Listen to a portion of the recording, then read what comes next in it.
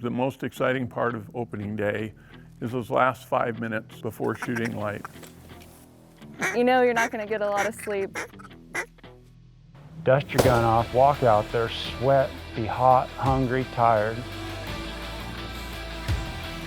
It's a lot about just being out there. Quality time is something that right now is kind of rare. There's a need now more than ever to be able to get the next generation going. That's what opening day signifies, the beginning of an opportunity.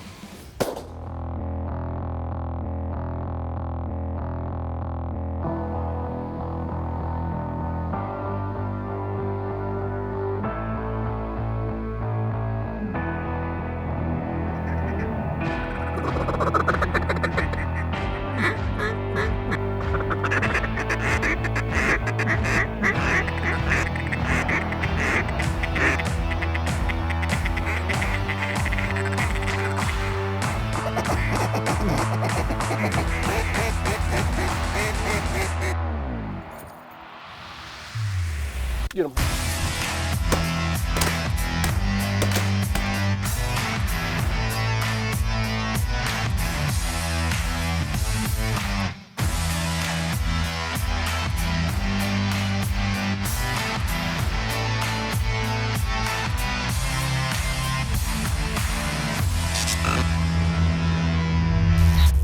Ducks Unlimited Television is presented by Drake Waterfowl Systems, innovators in waterfowl hunting. Welcome to another episode of Ducks Unlimited TV. I'm Ashley Horvitz. We've got a wonderful show for you featuring co-host Doug Larsen and legendary DU volunteer Ed May and friends on opening day at Summer Lake, Oregon. Everyone has been waiting patiently since the close of last season and are ready to hit the marsh and usher in a new year in what can only be called trying times. Then, Doug travels up to Bend, Oregon to hunt with DU volunteers Chris and Jacob Dittman. There, they hunt the small streams and investigate maybe the most intriguing urban waterfowl projects ever conceived. All next on America's longest running waterfowling show, Ducks Unlimited TV.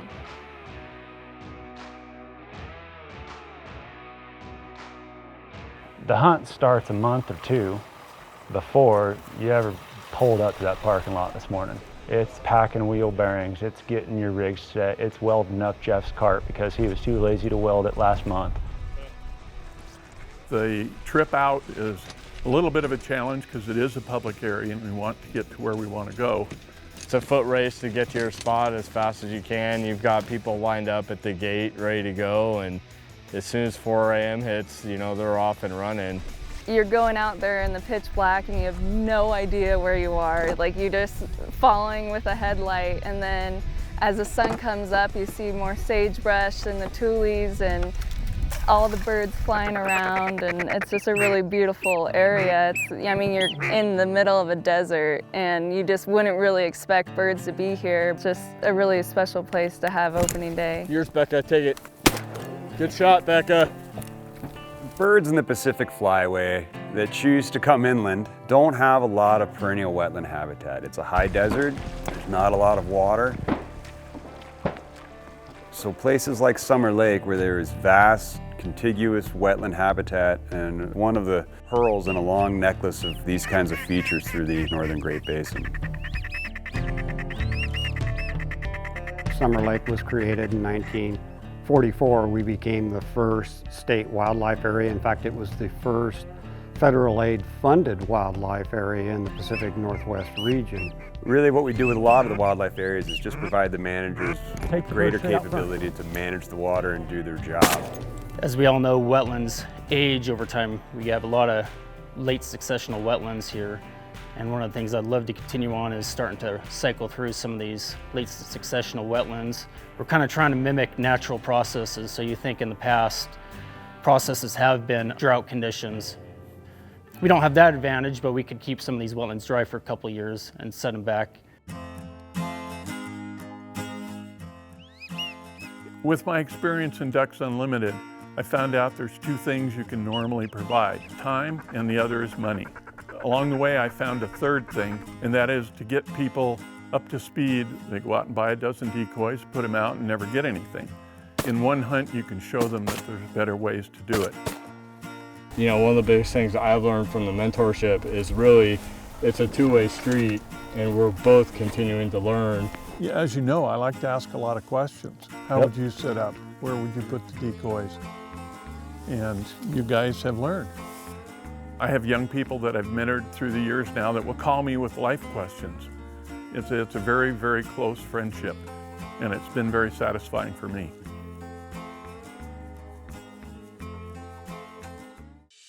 Ducks Unlimited Television is presented by Drake Waterfowl Systems, innovators in waterfowl hunting. Mossy Oak Shadow Grass Habitat, the official camo of Ducks Unlimited. Browning Firearms, the best there is. Native Nurseries, hand-selected, hand-grown plants for wildlife. Higdon Outdoors, quality, customer service, innovation, that's Higdon. Mossy Oak Properties, America's land specialist. And Ducks Unlimited celebrates 15 million acres conserved.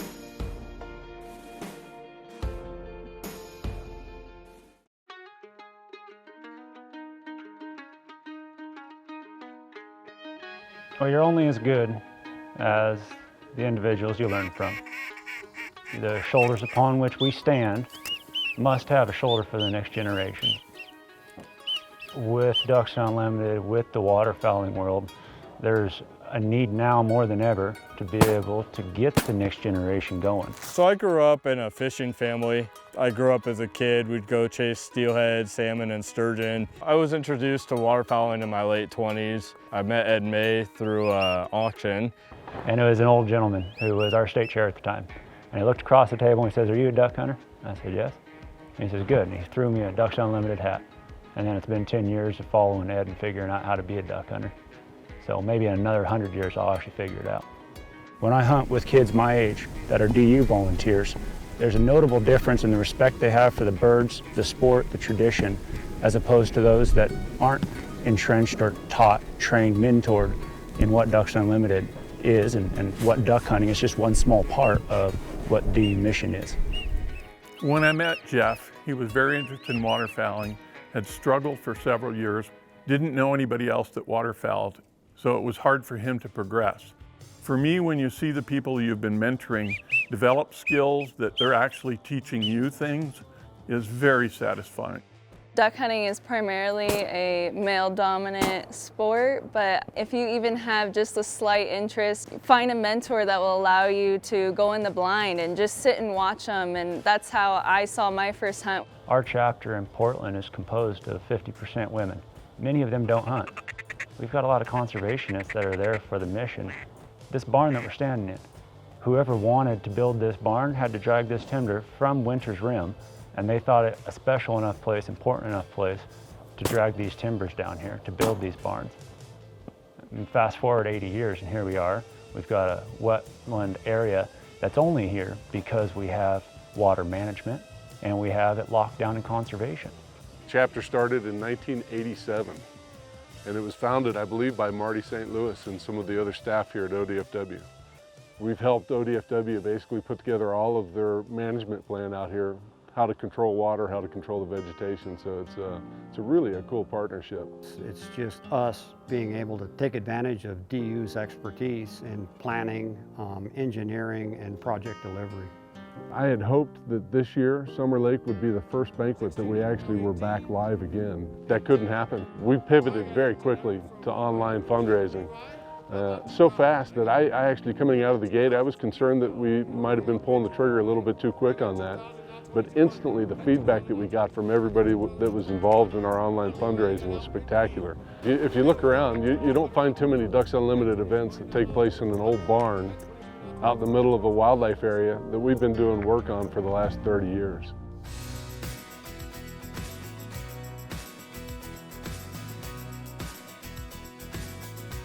The Pacific Northwest region extends from the Cook Inlet on Alaska's south coast through coastal Alaska, British Columbia, Washington, and Oregon, all the way to Northern California. In this area, the wetlands habitats tend to be similar, mainly focused on rivers and forested wetland landforms containing great waterfowl importance.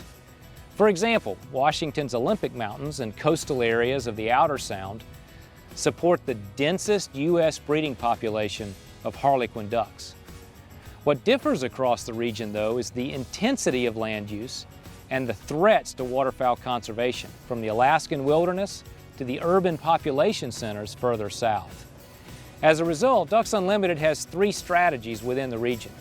One for Alaska, British Columbia, and the U.S. Pacific Northwest. In 1996, DU launched our Pacific Northwest program, protecting and restoring vital wetlands and wildlife habitat in Washington and Oregon. This program focuses on building new partnerships, the restoration of thousands of acres of wetlands habitat, enhancing existing wetlands, and providing technical assistance to both public and private land managers. DU also uses water control techniques across that area to replicate the natural hydrologic cycles for floodplains and freshwater wetlands restoration. To find out more on the Pacific Northwest and how you can help, visit ducks.org. DU Insights is brought to you by Mossy Oak Properties. Find your favorite place at mossyoakproperties.com.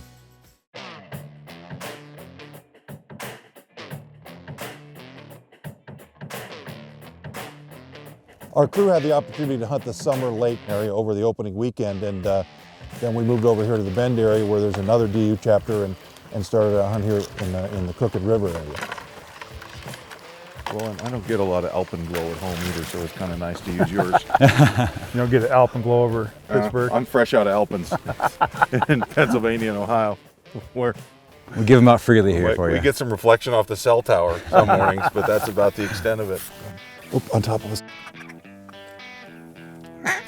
Right. Let's shoot him if he's good here. Get a boy. Thank you, may I have another? But it's a pleasure to be here with you guys. It's a nice morning in Central Oregon, and nice to be between the two. You guys are like the 2 cylinders that drive Oregon Ducks Unlimited. So that probably makes me the air filter, I guess, if I'm in between the cylinders. But I mean, I don't want to speak on behalf of DU, but I know what you guys do, and I appreciate all that you do, and it's just great to be here and great to share the morning with you. On top. Our host while we're here in Central Oregon is Chris Dittman. And Chris is the local chair of the Bend chapter here in Oregon, and he's one of these guys that you can tell loves to give back, would rather give back than take. And they're part of this new Bend community that's maybe involved in technology and digital communications, but are still very much connected to the land. Well, and I would think the Columbia is sort of the traditional waterfowling area in Oregon, and then that's sort of the mothership, right? And you're in what I would say is, this is sort of more of the hidden gem, isn't it? Yeah. The Crooked is a smallish river, and as somebody who enjoys hunting mallards on a big stage, I'm always shocked when you get to someplace small and you see, how small a spot you can put puddle ducks in.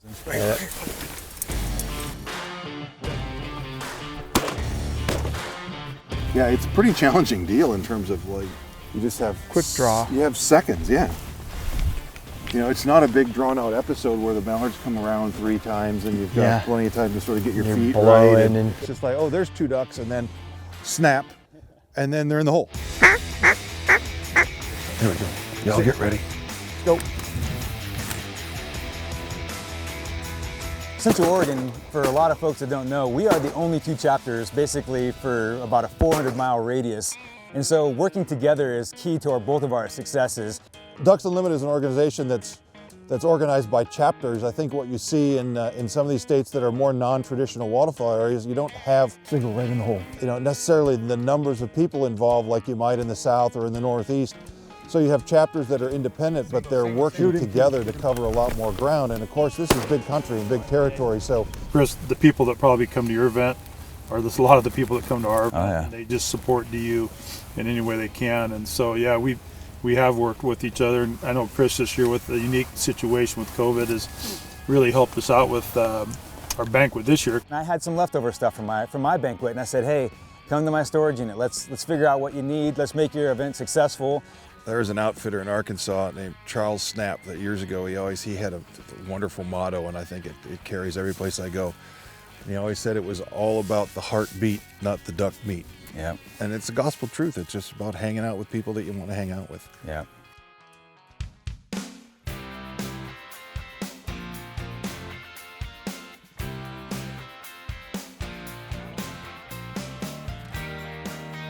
Modern shotguns like this Maxus 2 will run a long time between cleanings, and that can lull you into a sense of false security because you really do need to maintain these guns to keep them working at their best. And you absolutely need to take care of them if they get wet. If you come back from a cold, wet hunt, you really need to take some care with your gun. First thing, not every gun is Cerakoted like this Maxus 2 is, and this gives you a lot of corrosion resistance. Most guns don't have that. You want to make sure you wipe a gun down before you put it in a case. If you put a wet gun, especially in one of these waterproof cases that's sealed, you bring it home, you'll have a gun that's orange with rust by the time you get it home. If the gun gets very, very wet, like if you drop it overboard, something like that, one thing you want to do is pull off the stock, check the recoil spring inside, make sure that that's clean, make sure it's dry, otherwise those will rust.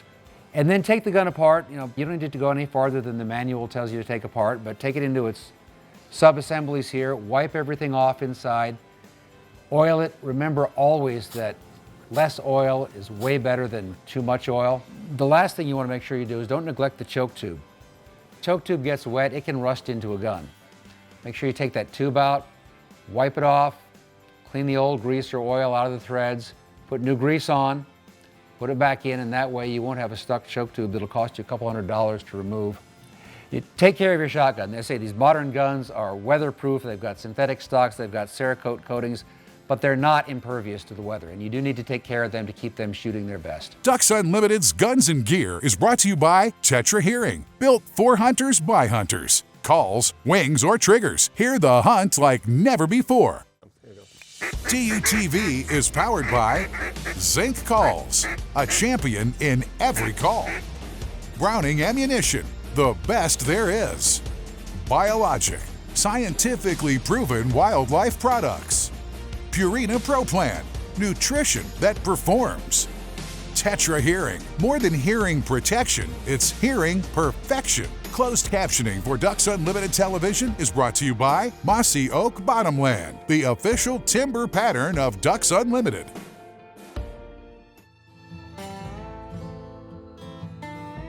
Conservation to me is every outdoorsman's responsibility. It always is a joy for me as the father of a son to come out and hunt with a father and son group and see a young man learning lessons about the outdoors. Developing him into a young conservationist, a young hunter, and just a young man.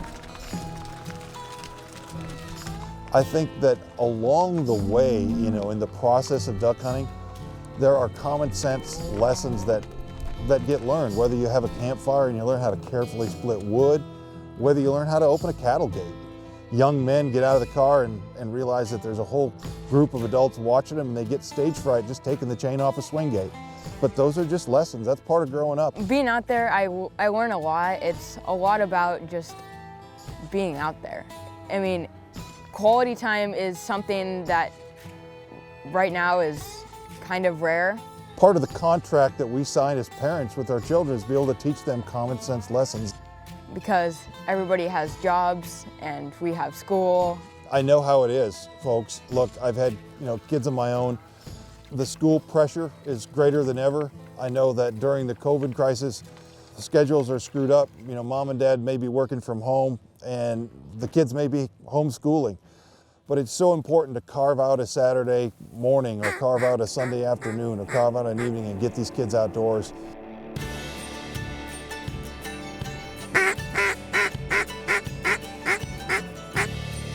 Coming right back at us. Even though when you come up in this neck of the woods, in and around Crooked River, you don't have necessarily the habitat here. Nobody move. Meeting Chris, meeting his son Jacob, and seeing what they're doing in this part of the world, they've found other ways to involve themselves in conservation that aren't necessarily on a grander scale like you'd see at a WMA like Summer Lake.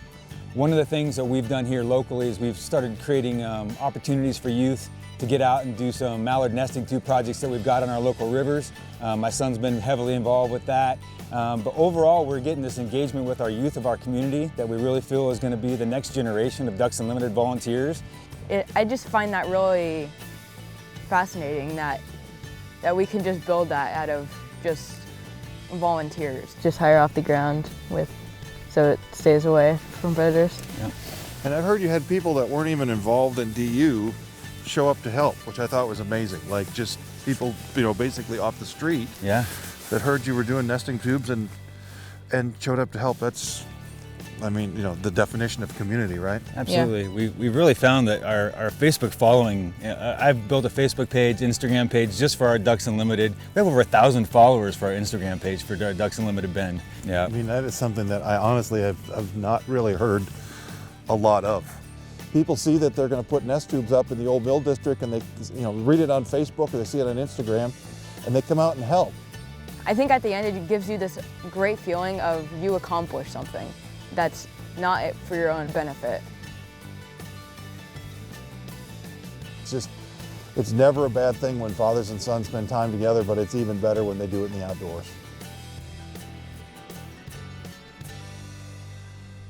What an exciting adventure in the Pacific Northwest.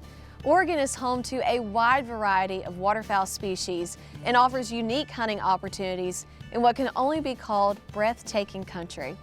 A huge thanks to Ed May and Chris Dittman for hosting DUTV and for their passionate support of Ducks Unlimited. Without our volunteers, DU could not accomplish its mission to fill the skies with waterfowl today, tomorrow, and forever. Please visit ducks.org to learn more about how you can help. Thanks for watching, and see you next time on Ducks Unlimited TV.